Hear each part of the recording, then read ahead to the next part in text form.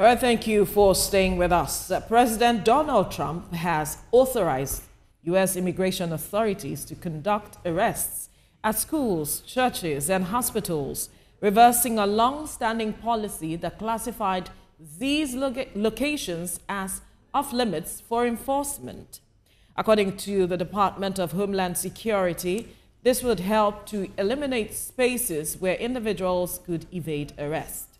Under this policy, the Immigration and Customs Enforcement, that's ICE, has been empowered to quickly deport undocumented individuals who cannot prove continuous residency in the U.S. for over 2 years.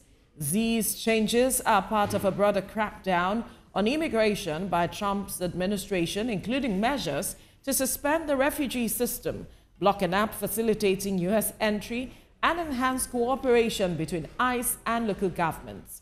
However, the new policies have sparked widespread opposition from advocacy groups and religious leaders. Now joining us via Zoom from Belgium is Global Affairs Analyst Collins Nweke. Good morning. It's good to have you join us, Collins. Very good morning to you, Veronica. Thank you for having me. Now, Trump had a flurry of executive orders that he put pen to paper when he came in early this year, talking about some days ago, and he said he wants to rid America of criminals, especially in these spaces that have been called restricted sites. I'm wondering from your perspective if this would have any impact as much, especially on criminal activities in the U.S., because for him, the U.S. has to return to its golden era. Once more, thank you for having me. Well, this is not coming as a surprise. Neither is he making such statements for the first time. His campaign to return to the White House was actually dominated by such rhetorics. Let's recall that when he first ran, he also ran on anti-immigration sentiments like this. He made some attempts to enforce some of what he has now unfolded during his first term, but he didn't quite succeed. So he is doing exactly what he promised Americans that he would do when he becomes president. And the Americans agreed with him that it was the right direction to take America by voting him in, overwhelmingly, I must add. And so this shouldn't surprise anyone. Now, what we will then be talking about is how likely is he going to get away with this? Now, it has been made clear from some of the reactions that have come, not just reactions from Democrats and some Republicans, but also from the courts, that this is certainly not going unchallenged. So, yes, announcement is made. The enforcement, of course, is another thing if, actually contested in court. Is he going to rid America of criminals? I doubt that it will have, any consequential effect. And Donald Trump and Republicans actually know this. They know that the number of people that they are talking about are very, very, insignificant. The number of people who are criminals, undocumented, non-citizens who commit criminal offenses, they know the number is insignificant. Right. But for them, it is not about the number. It is about couching their political language, their political rhetorics in a manner that will resonate with, everyday Americans, and to see them as being politically active, right, and trying to save America. Right. This is what this is all about. If you ask President Donald Trump, he might say that he's not alone on this, because there are some other countries who have actually cancelled the birthright citizenship.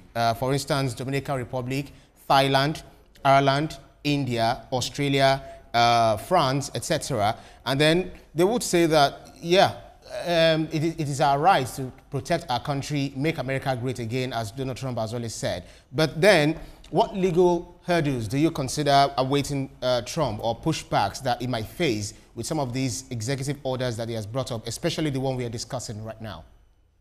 Well, the point, Ibrahim, is that the countries that you have mentioned that actually, have enforced or the cancellation of the birthright, issue, you probably aren't aware of what their constitution says about these things. It could very well be that in those countries, that those things are not ingrained in their constitution. That's number one. Number two, you also have to talk about or look into the, what I can say, the procedure of actually, going about it. Now, I'm not a lawyer, but I've heard lawyers talk about this, American lawyers for that matter, who tell us that, the 14th Amendment of the U.S. Constitution actually is resolutely against what Donald Trump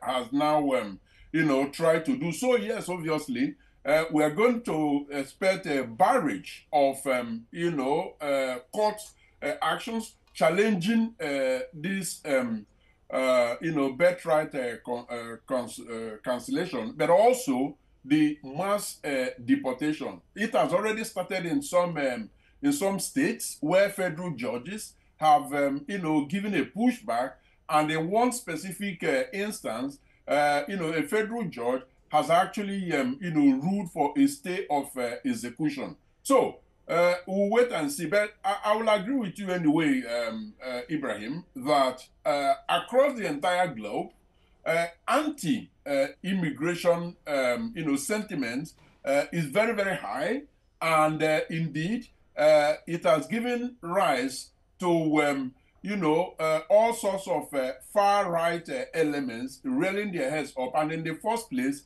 these, anti-migration sentiments are being pushed through because it is the expectation of the far right. Okay. Now, the Department of Justice has issued a memo instructing prosecutors to identify state and local laws and policies that threaten to impede Trump's anti-immigration agenda. Are you saying that the courts may not be seeing things his way, or will see things his way, seeing that they have issued a memo instructing to see if there will be anything that will impede these executive orders? Well, that's exactly the point I'm making. Now, at this point, Veronica, we have to, simply believe that the matter is not done and dusted. Now, it could be challenged, and it looks likely that it will be challenged up to the Supreme Court. And let us look at the, how the Supreme Court is constituted. It is a majority Republican.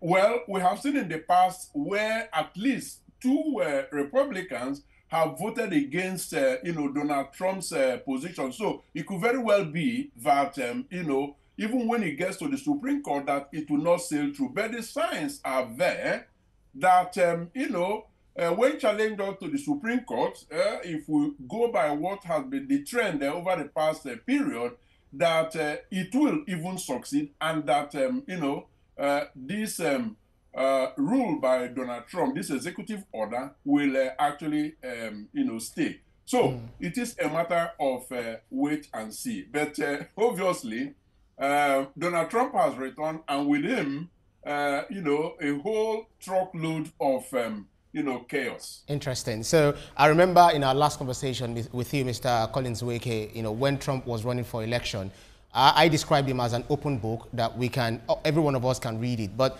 I'm not sure whether he's doing some things right now that are, appearing to you as a surprise, coming to you as a surprise. What are the things the shocking experience that you think we might be looking forward in this Trumpism era? I think the most, significant, and I believe that one that your viewers may actually want to cast their mind to is the fact that, for instance, the mass deportation is going to affect, a significant number of Nigerians, in the United States, and Africans in general. Now, why should that keep us awake at night? The reason is that we do know that, remittances is very huge, powering African, Nigerian economy. So when some of, our people that are sending this money home actually deported back to Nigeria, well, we know what the situation will be. Then another thing that will shock me, of course, is, shock me, I don't know about shock Ibrahim, because like you said, Donald Trump is an open book. We have all been reading him in the open. So none of what he's going to do now is going to surprise anybody. But one can say that some of the actions may cause very serious concern for some of us. For instance, the isolationism of America, where they no longer want to be, part of that international community that is actually defining, the way the world goes.